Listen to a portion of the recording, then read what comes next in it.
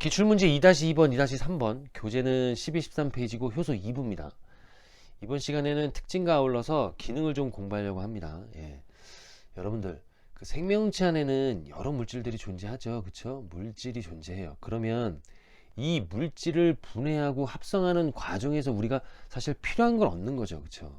이거를 합성하고 혹은 분해하는 과정에서 우리가 필요한 걸 얻는데, 이게 스스로 합성되고 스스로 분해되는 일은 없죠. 또 다른 물질들이 여기에 접근을 해요. 접근을 하면 접촉을 해야죠. 접촉을 해야 합성하든지 분해할 거 아니에요. 그쵸? 일단은 접촉을 시도하는구나 라는 거고, 얘가 이 물질에 접촉하게 되면 합성과 분해를 이 물질이 매게 합니다. 그러니까 얘가 중개를 하는 거예요. 이 매자가 그 중매인 할 때 그 매자거든요. 그러니까 반응을 얘가 이제 촉진시키는 거죠. 그걸 뭐라 그래요? 촉매다라고 합니다. 그 촉매가 뭐라고요? 그게 바로 효소예요. 그러니까 효소가 어떤 물질에 접촉해서 반응을 매게 하는 거예요. 그 반응이 뭐예요? 합성과 분해. 합성하든 분해하든 공통점이 존재하는데, 그 공통점이라는 건 결국 생성물이 생긴다는 거거든요. 만약에 ATP가 생겼다라고 하면 이거는 화학적 에너지가 되는 거죠. 이걸 무슨 반응이라고 그래요? 이걸 화학 반응이라고 하는 거예요. 이 과정을, 즉 효소가 어떤 물질에 접촉해서 생성물을 도출하는 과정, 그걸 뭐라 그래요? 그걸 화학 반응이라고 하고, 그 화학 반응의 결과 ATP라는 에너지가 만들어졌다라고 하면 그걸 화학적 에너지다라고 얘기하는 거죠. 근데 이 효소라는 놈이, 그러니까 하나의 효소가 모든 물질에 접촉해서 매개 하는 건 아니에요. 그러니까 각각의 효소가 각각의 물질에 접촉하는 거예요. 그러므로 이 물질을 우리는 기질이라고 하고, 효소는 기질의 특이성이 있다라고 얘기하는 거예요. 효소는 기질의 특이성만 쓸까요? 기질의 특이성을 갖고 있다라고 얘기합니다. 예를 들면 이런 거예요. 아밀라제라는 효소가 있어요. 아밀라제. 그러고 보면 효소는 아제로 좀 많이 끝나는 것 같아요. 영어로도 아제, 독일어도 아제. 왜냐면 이제 이 효소가 발견된 게, 처음 이 효소라는 말을 쓴 사람이 이제 퀴네라는 독일 사람이잖아요. 그래서 이제 이 독일어로 이렇게 돼 있나? 그건 잘 모르겠네.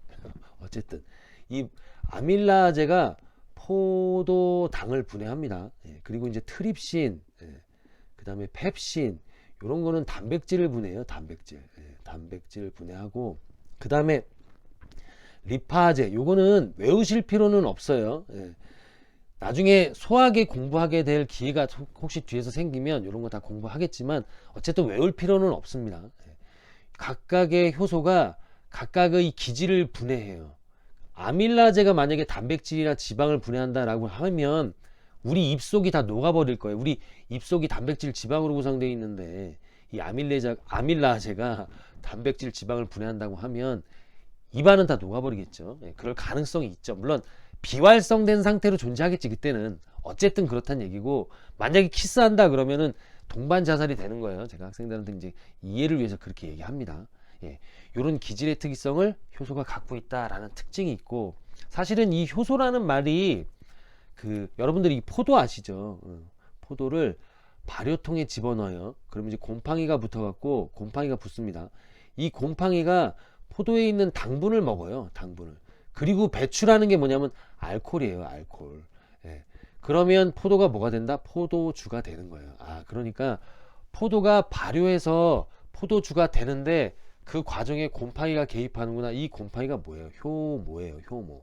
그러니까 포도를 으깨도 효모가 알코올을 배출해서 포도주를 만듭니다. 그러니까 이 효모 속에, 사실은 효모 속에 어떤 요소가 그 일을 한다는 거예요. 그래서 뭐라고요? 효소다라는 얘기를 하는 거예요. 이 효소라는 말을 처음 사용한 사람이, 제가 퀴네라고 얘기했는데, 효소를 처음 발견한 사람은 퀴네라는 사람은 아니에요. 그러니까 이 과정 있죠. 과즙 발효시키면 와인 되잖아요. 이거 처음 확인한 사람은 루이 파스테르라는 사람이에요. 파스테르. 그래서 이제 파스테르 우유가 그래서 유명한 건가? 루이 파스테르, 프랑스 생화학자입니다. 이 사람이 이걸 처음 확인한 거예요. 과즙 발효시키면 와인이 되더라라는 얘기. 자, 일단은 이번 시간에는 그 효소의 특징 중에 기질의 특이성이라는 것에 대해서 좀 공부를 해봤습니다. 저는 항상 여러분들 편입니다.